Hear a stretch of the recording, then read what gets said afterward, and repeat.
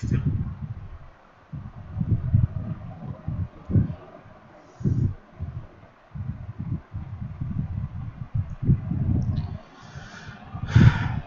students, I welcome you after a 2-day break.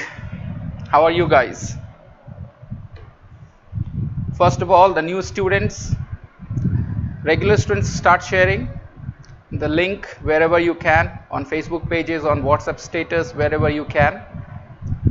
And those who are the new students today here, for them I would like to give the introduction of what we are doing here. Where is this file I'm looking for? Is this the file? This is written SC day 2. This is not the file. PowerPoint, Word Power Made Easy. I'm looking for the file. Wait for a second. We are gonna learn here vocabulary. Norman Lewis is a very, very popular book to improve vocabulary, and we study this book at this time here.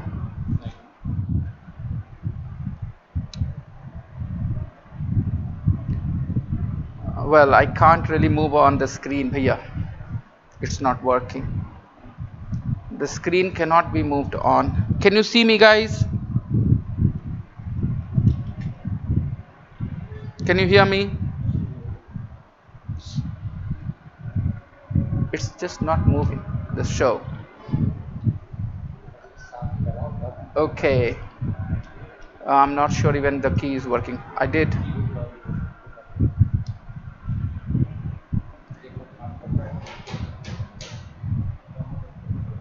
It's not working.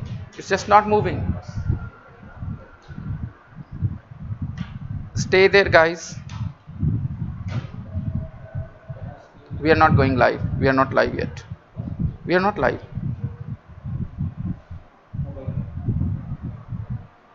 Yes, we are. 9 people watching. Stay with me. Nothing. It's not working. It's just not moving.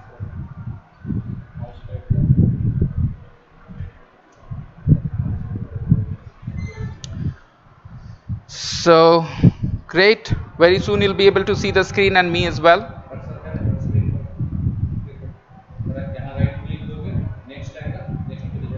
Next. It didn't appear on this. No, nothing.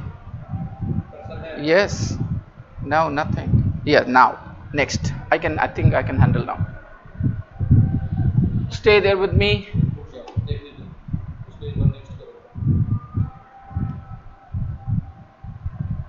It has disappeared. Yeah, very slowly.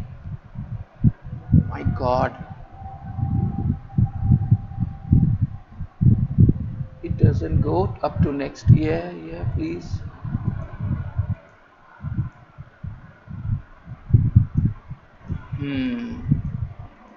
Yeah, screen is here, but not me. I'm not here. I'm not on the screen because you need to press 9 for that, and the keyboard isn't working.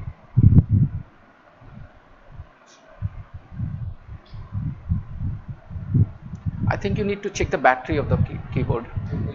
Yes, it's working now. Now press 9.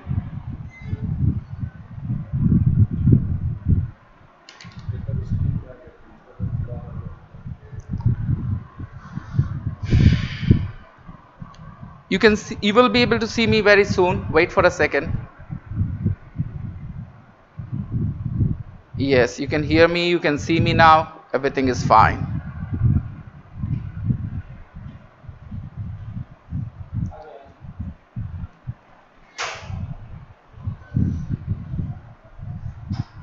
Question number 41. This is where we have to start today.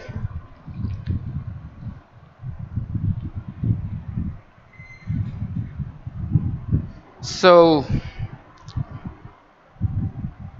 question number 41. Yes, I know you guys can see me now. You can hear me as well, I suppose, right? Question number 41 is vicarious enjoyment. What is vicarious enjoyment? Do you understand the word vicarious? Vicarious enjoyment is complete enjoyment, or is it unspoiled enjoyment, or is it occurring from a feeling of identification with another, or is it long continuing, or is it temporary? What is a vicarious enjoyment? All right. Vicarious enjoyment is occurring from a feeling of identification with another. This is the right option. Now the learning starts. There is one thing to do the question answer, and learning is completely a different ball game. Learning means understanding every word, every phrase in the question, among the options, everything, right? So let's understand the word vicarious first of all. What is vicarious? I'll give you some details about the word vicarious. Okay, you have seen parents, when their children do something really cool, when they make some achievement, when they pass an exam with the first division, or they succeed in life, parents feel very happy. Why are they happy? Have they achieved anything? No. They themselves have not achieved anything. Then what makes them happy? They are happy because they identify themselves with their children. They feel a psychological connection with their children. And that's why their children's success feels like their own success to them. So this kind of experience is called vicarious. Vicarious pleasures, vicarious enjoyment, vicarious pain, vicarious suffering. So vicarious, okay, let me give you another example. You are sitting in the cinema hall watching a nice movie, and you see the hero in real trouble, he is in pain, he is in suffering. Now why do you start to feel some pain and sad? Because you start to psychologically identify with that hero. And this sharing of feelings, this is what is written, occurring from a feeling of identification with another. You identify yourself with somebody, and because of which their pain feels like your own pain, their happiness feels like your own happiness. A good example can be a match, a sports cricket match. Let's talk about cricket. India watches cricket a lot. When Kohli or Sachin or someone you love gets out on 99, why do you feel frustrated? It is their failure, na? It is either Sachin's failure or Kohli's failure or somebody particular, that player's failure. Why do you feel sad? It doesn't make a difference to your life. True, it doesn't make a difference to your life, but you feel sad because somewhere you connected with that person. So this kind of feeling is called vicarious. Vicarious disappointment of the audience when their favorite player doesn't do well. I hope you understand what I'm saying. The vicarious disappointment of the audience when their favorite player doesn't perform well, doesn't do well. I hope it is clear to you what vicarious is. Commonly used before words like pleasure, excitement, vicarious excitement, right? So vicarious enjoyment. Now look at the options. What are the options? 1. Option A, complete. This word doesn't need any more detailed explanation. Complete. Unspoiled. I would like to tell you a little bit about this word, unspoiled. When you describe a place as unspoiled, for example, you say an unspoiled countryside. What do you mean?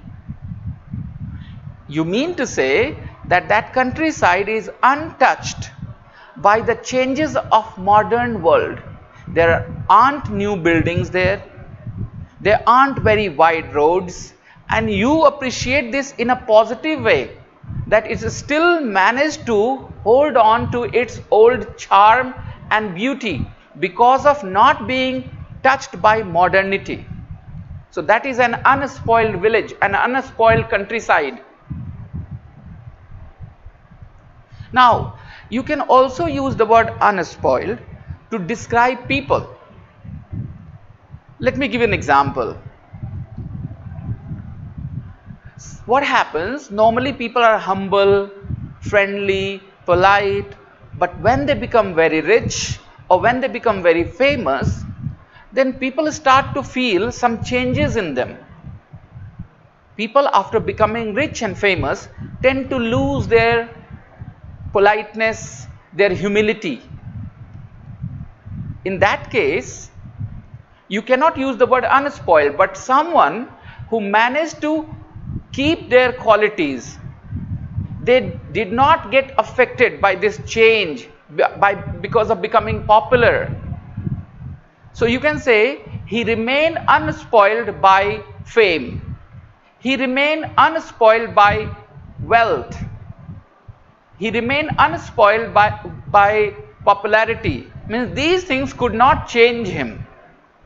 So somebody remains unspoiled by a particular thing. It means this new thing does not actually make any changes to them. They manage to hold on to their real personality. And this word unspoiled is used in a positive way. It has a positive connotation. Now let me look at some of your comments here. When India won World Cup, I was vicariously happy. Vicariously happy. Very nice. Absolutely. Okay. You have vicarious feelings. Vicarious feelings. People are not vicarious. You have vicarious feelings, right? For example, you have vicarious pleasures, vicarious satisfaction. Parents derive vicarious satisfaction from their children's achievements. Parents derive vicarious satisfaction from their children's performances, children's achievements. I hope I made a good point clear. Vicarious, what it is. Now, unspoiled is clear to you. Then we have long continuing and temporary. A temporary arrangement, not lasting long, temporary, that's a common word. A temporary arrangement, okay. 42. Psychogenic ailment. Alright, what is a psychogenic ailment? A psychogenic ailment is incurable, is contagious, or originating in the mind, or intestinal, or imaginary. What is it? A psychogenic ailment. A psychogenic ailment. Think about it. We should always remain unspoiled by our success. But people fail to remain unspoiled after becoming successful. So, psychogenic ailment, what is it? A psychogenic ailment is incurable, contagious, originating in the mind, intestinal, or imaginary. Option C. Most of you have chosen option C, originating in the mind. A psychogenic ailment, that's right. It is originating in the mind. Usually what happens, ailment means disease, ailment means disorder, problem, okay? In Hindi we call it rog, bimari, ailment. Psychogenic ailment is that kind of ailment which does not find its origin in our body.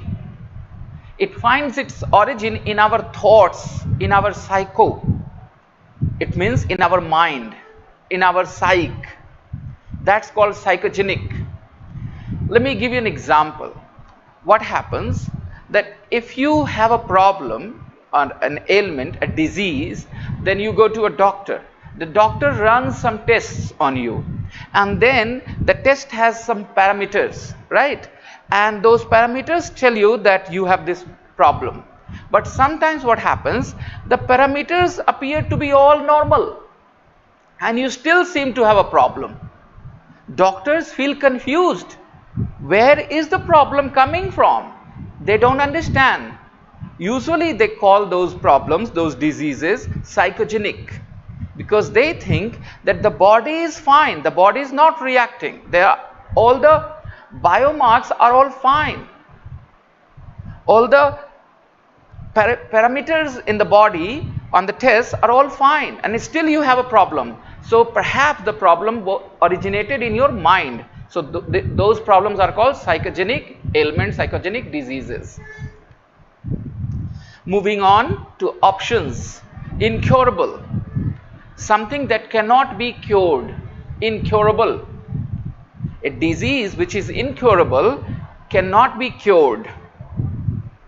Contagious, a contagious disease can be passed on to another person because of touch. Contagious. Infectious. Contagious word is often used for other things as well. For example, a quality of a person which makes other people also have that quality. For example, let me try and give you an example, an easy example. Sometimes what happens, some people have this smile that they will smile at you and you cannot help but smile. So their contagious smile, it means they smile and they make you smile.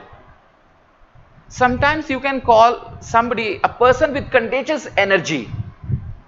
Contagious energy means what? His energy makes other people also feel energy.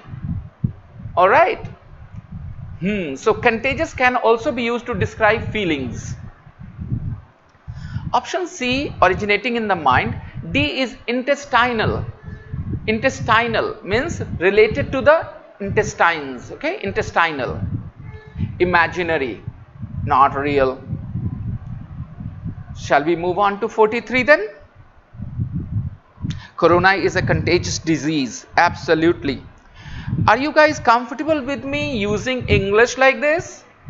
Or do you want me to switch to Hindi? If you guys are comfortable, then I'll continue in English. Okay?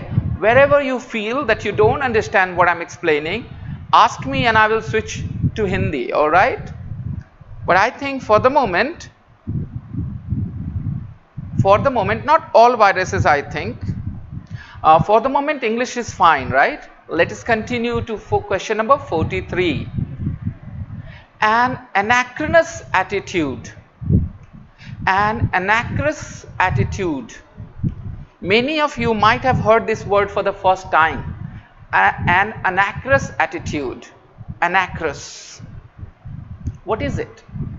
Unexplainable, unreasonable, belonging to a different time, out of place, unusual. What is it? An anachronous attitude. Question number 43. Okay. First, I would like to describe the word anachronous to you. Okay. Okay, let me give you the answer, which is the definition actually. Anachronous means belonging to a different time. Anachronous means belonging to a different time, relating to a different time, and by extension not fit for today. Anything that is anachronous is not of today. It comes from another time, and that's why by extension it becomes unfit for today. For example, if somebody says that women should not go out of homes to work, they should remain housewives, what kind of attitude it is towards women? Do you think it is today's attitude, or it is of another time? There was a time when perhaps it was okay, because perhaps women were not as safe as in the past. Women, they were not as safe as today maybe. Today women are much safer. We have street lights. Imagine 1,000 years ago. Do you think women could go out at night alone? Because when it was night time, there was no lights in the streets 1,000 years ago. So that was not time safe for women to venture out of their homes at night. But today, so anything that is anachronous does not fit today because it belongs to another time, belonging to another time, and by extension it becomes unfit. Very nice. Okay then, carrying on. Anachronous attitude is belonging to a different time. And there is a noun also, anachronism. From the word anachronous, there is a noun anachronism. Suppose today you have a member in your family. Nobody listens to that person because his ideas or her ideas, that person's ideas, just do not connect with people today. So they become kind of isolated, ignored. Why? Because of their attitude, their thinking. So we call those people anachronism. She is just an anachronism in the family. Means she is someone who belongs to another time, not physically, honestly. Of course they will be old. Now suppose if India is moving forward with modern thinking, and there is a politician in India who talks very conservatively. He holds on to very conservative ideas and beliefs.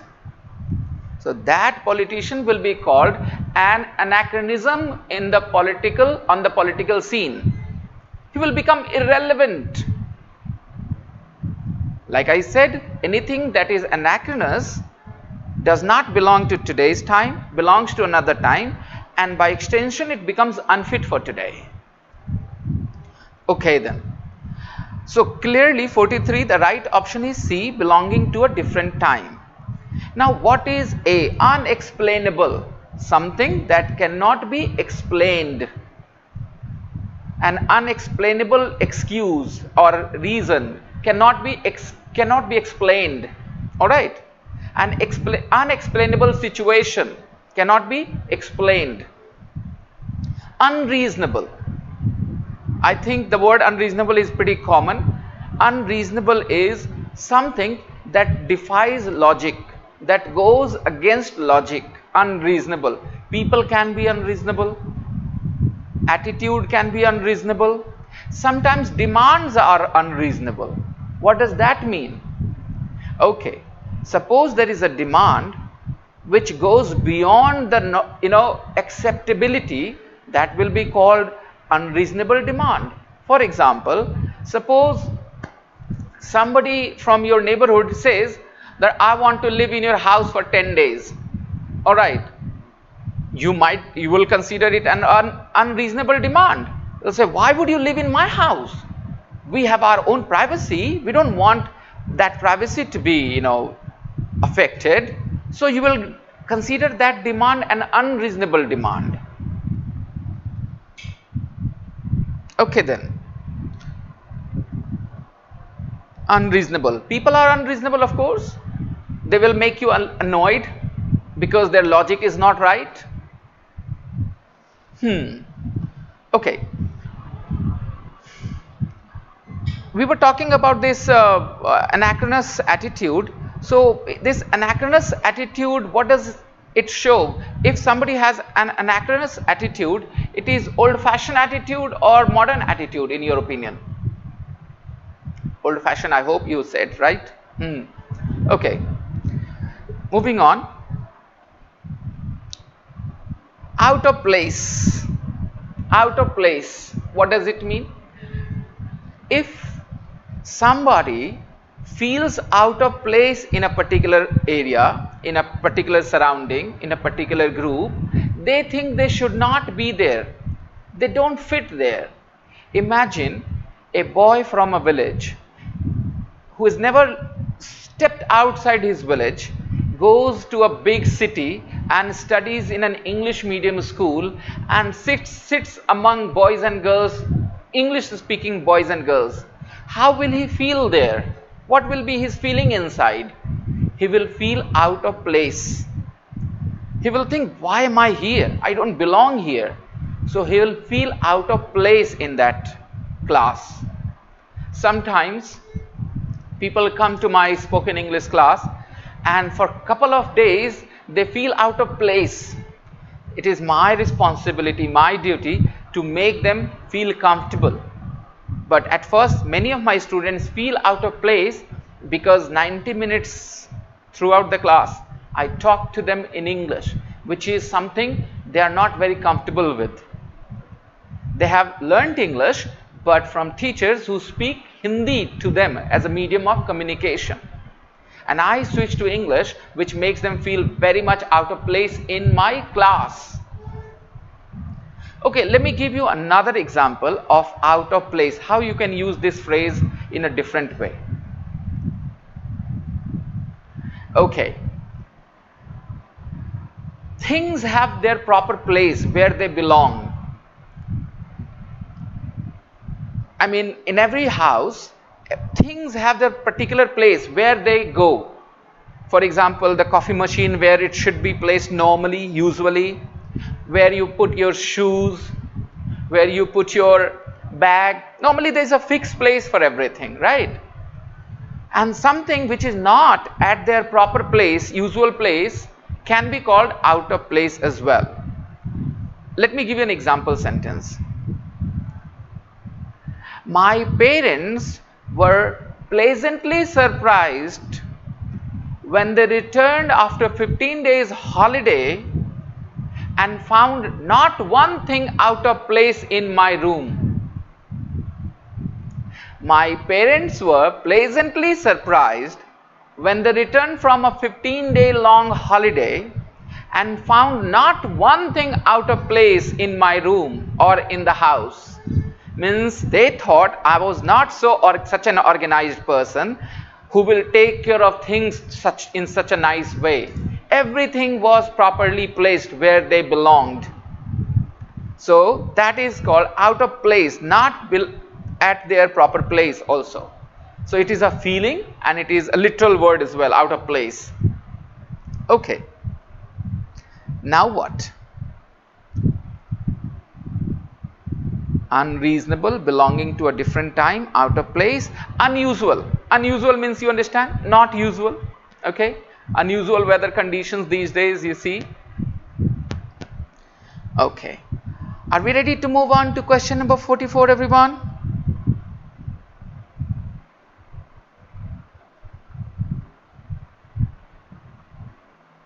When a middle class person goes to a high class person, he feels out of place. Yes, this sentence gives me an example. You know, relatives, poor relatives, when they go to their rich relative's house or a party, they feel out of place. Absolutely.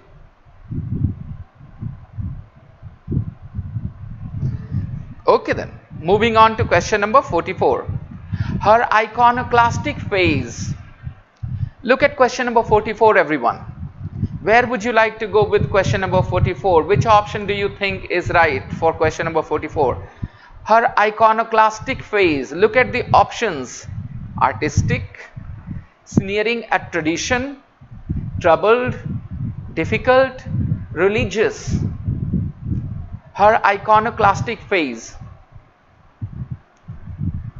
Iconoclastic is similar to artistic or sneering at tradition or troubled or difficult or religious. What is the meaning of iconoclastic? Think about it. Give me your answers.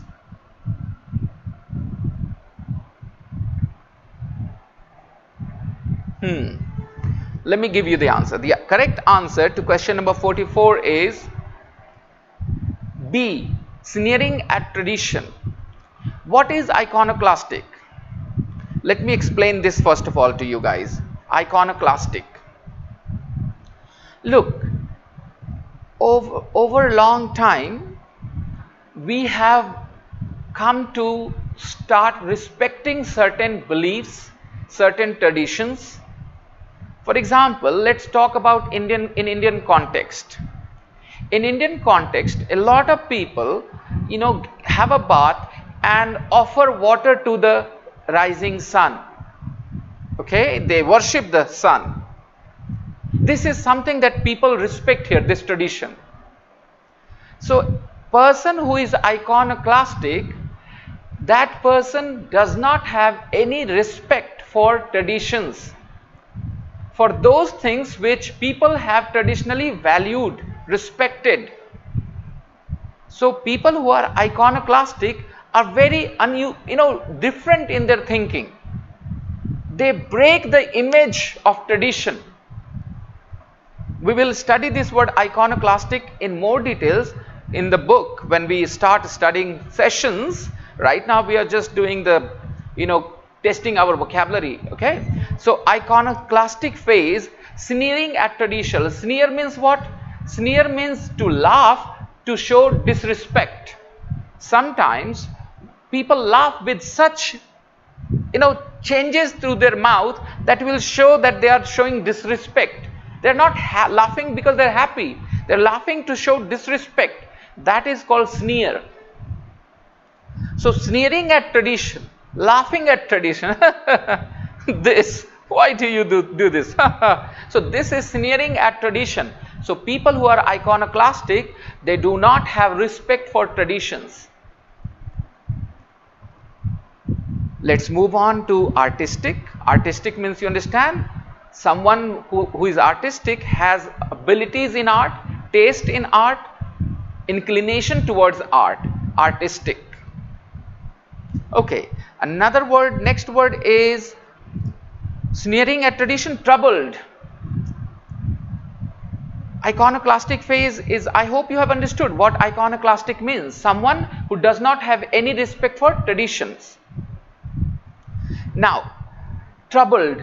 Troubled is often used for people with emotional problem. Normally this word troubled is used for people when they have emotional problems. This is a little controversial example. Okay, let me ask you this. If somebody does something wrong, criminal, illegal, alright, and somebody defends them, calling them troubled, how fair would it be? I'm talking about Kashmir. In Kashmir, you have seen the youth in Kashmir often target our beloved forces, security forces, defense forces. So, and some people, especially some politicians, defend those youth, those young people, calling them troubled youth. Means they have problems, emotional problems. Well, if you have emotional problems, take it out on your parents, on your family members, right? Isn't it? So troubled means someone who has got problems. Okay. We can also describe today's time as troubled times. Coronavirus, and we are all locked inside our houses. So we are going through a troubled times, right? We are going through troubled times. So troubled. Next, difficult, religious. These are easy options. You don't have any problems with these words, difficult and religious. I'm not religious at all. Okay. So shall we move on to the next screen, next slide?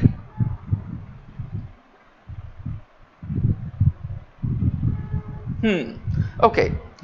Next one is 45, a tyro. A tyro.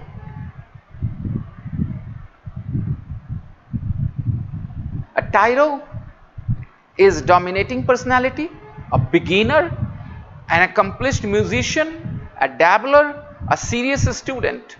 A tyro. What do you think?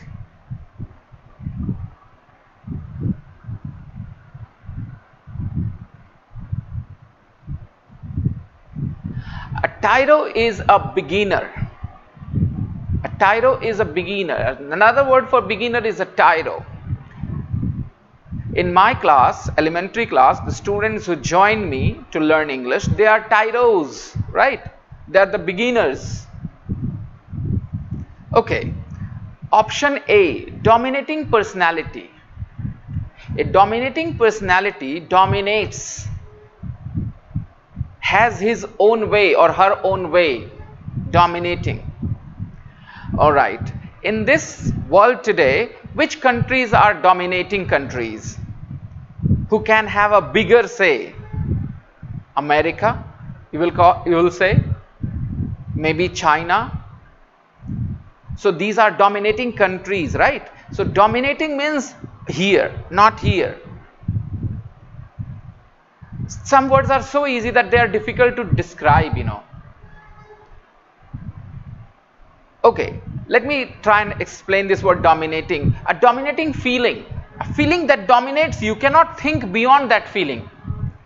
Jealousy dominated his entire life.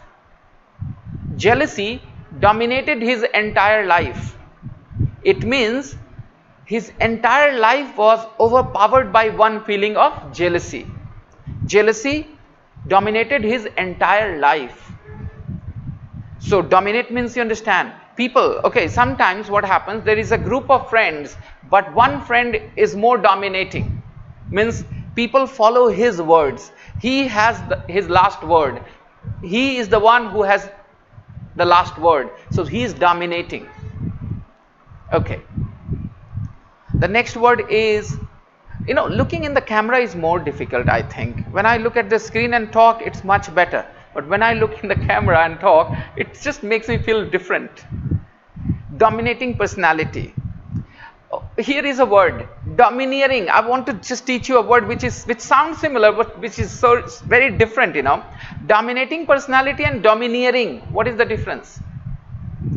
Domineering has a very negative connotation, dear friends. If you describe someone as domineering, they are unreasonable and still force people to follow them. They force people to follow their unreasonable behavior, unreasonable attitude. So they are domineering. So domineering is a negative word. Sometimes dominating is just a quality. Some people have dominant personality, dominating personality. Okay, no problems. But domineering personality is not a good thing. If you have a domineering personality, you are obnoxious, you are irritating, because you force people to do things you like, and even if those things are unreasonable. Sometimes between a husband and wife, one is domineering, dominates the other way in a very unfair manner. That is domineering. So this sounds similar, that's why I taught you both the words, dominating and domineering. The next word is accomplished musician. Accomplished, who has achieved a lot. Accomplished, who is very good at, his own skills. An accomplished musician has, like for example, A.R. Rahman is an accomplished musician. A dabbler. A dabbler is someone who involves in an activity superficially, is not very serious about pursuing that, interest. Just does it superficially for some time. Is not very serious about it. Is a dabbler. All right. For example, suppose someone who started, singing on Facebook, has the singing ability, but is not considering singing field or singing a career in singing field very seriously. A dabbler in singing, a dabbler in art, means not approaching these things very seriously. A dabbler. A serious student. So a tyro is a beginner, right? A tyro is a noun. So a tyro is a beginner. Ask yourself, who has the most dominating personality among your friends?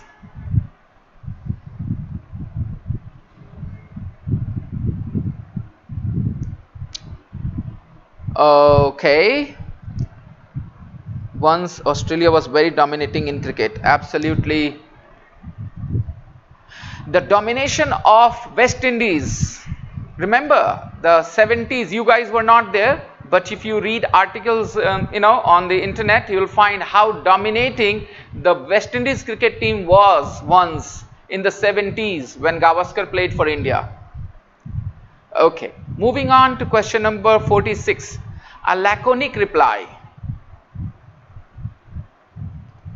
A laconic reply is immediate. Is a laconic reply assured? Is a laconic reply terse and meaningful? Is a laconic reply unintelligible? Or is a laconic reply angry reply? What is a laconic reply? Look at all the options. The correct answer for 46 is a laconic reply is terse and meaningful. I know, yeah, I need to explain the word terse as well. So first of all, let's understand laconic. Laconic, what it means is expressed in very limited number of words, very few words. That is called laconic. A laconic reply is given in a few words only. You do not use a lot of words, and to a certain extent it sounds rude, because laconic sounds rude too, because you are using fewer number of words. Immediate, it doesn't have to be immediate. Okay, a laconic reply is not an immediate reply. So terse and meaningful. What is terse? Terse is the same. A terse reply is also used with very few words and sounds rude. So a terse reply, a laconic reply. Let me tell you something. Terse cannot describe people. You cannot say a terse person. A person can be laconic, and if you remember the word I taught you in the previous class, taciturn. A person can be taciturn as well. So what is the difference between taciturn and laconic today? If you remember the definition of taciturn, I told you temperamentally disinclined to conversation. Means doesn't want to have a conversation. Some people don't want to have a conversation. They are taciturn. And laconic people do answer, do talk, but they tend to use fewer words. So few that they sound a little rude sometimes. So they are laconic. But terse does not describe people. Terse describes reactions, replies, a terse statement, a terse reply. Okay.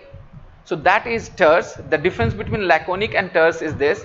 Laconic can describe people as well. Terse does not describe people. There is a word immediate. You know, immediate means without any delay, an immediate reply. When you message someone you care about, you expect an immediate reply, isn't it? And sometimes when you don't get an immediate reply, it causes so much of,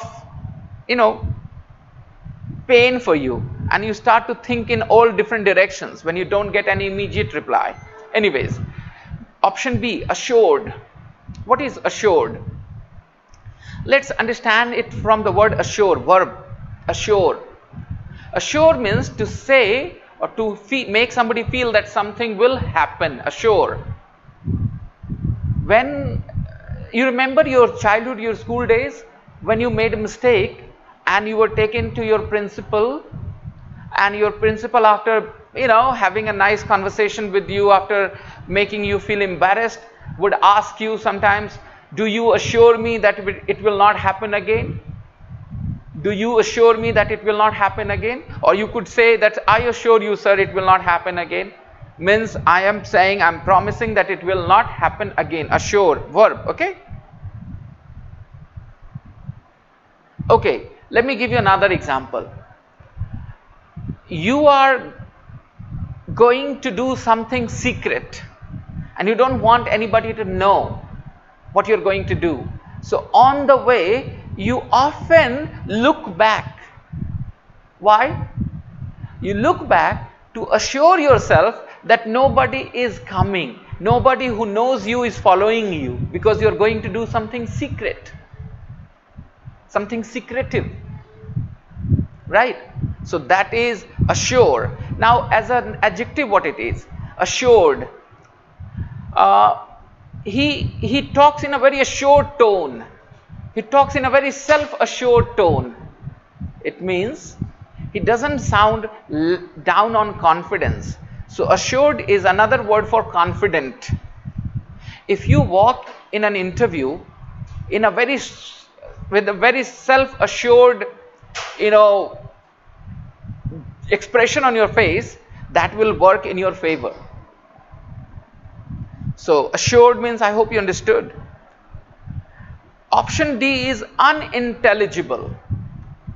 Unintelligible means something that is difficult to understand, or impossible to understand, actually, not difficult, impossible to understand, unintelligible. Sometimes what happens, when you go to a doctor and you talk about your problem, what actually your problem is, some doctors use their technical terms to describe what is wrong with you, and you just don't understand anything. Their explanation is unintelligible to you. I hope that my teaching is not unintelligible to the students who will watch this video. So unintelligible means something that is impossible to understand.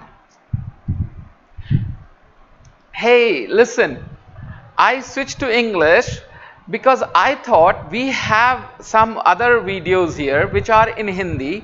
So people who want to learn in Hindi, they can watch those videos. And I'm giving people choices, and those who want to learn English, they can watch this video as well. You see, English is not a language people are... My students, what happened?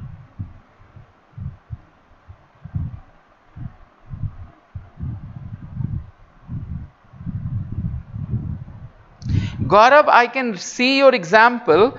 Unintelligible for some people. It should be unintelligible to some people. The right preposition is to there. Okay? For some time I think that we lost the connection. I want your confirmation first of all. Can you hear me, guys? It's 8:45 anyway.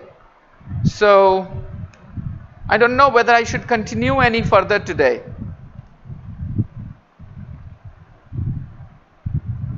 Okay, I get it that you heard me. That's nice. Okay. So I think I should wrap up for today. It is 8:46 now. Yeah, for some time the connection was bad here. So let's stick to this English medium, and I'll see you guys tomorrow. Enjoy, practice learning English, okay?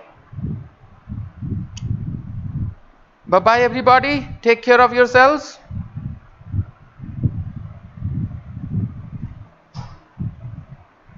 We'll continue tomorrow.